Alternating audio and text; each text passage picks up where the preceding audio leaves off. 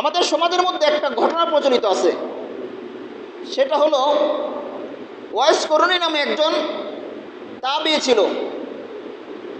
ওই তাবিঈ মায়ের খেদমত করতে করতে রাসূল সাল্লাল্লাহু আলাইহি সাল্লামের সাথে সাক্ষাৎ করার সুযোগ পান নাই।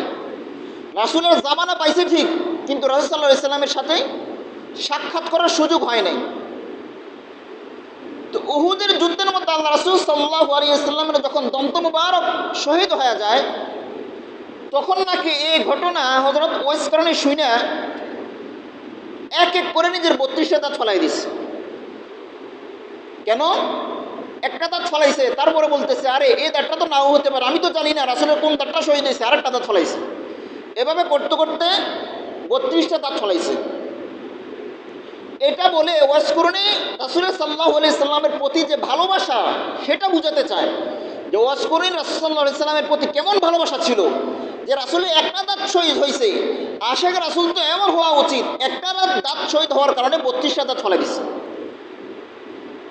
এটা হলো মূর্খতামূলক একটা আচরণ।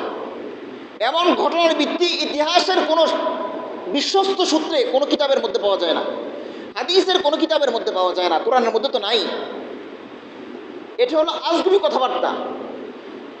কিছু মৌলবী নিজেদের পকেট ভরার জন্য, সিন্নি আর কুরমা খাওয়ার জন্য এই সমস্ত বানোয়াট কিচ্ছা কাহিনী বলে সামনে শ্রোতাদেরকে আবেগ আপ্লুত করে নিজের পকেট ভরার ধান্দা করে।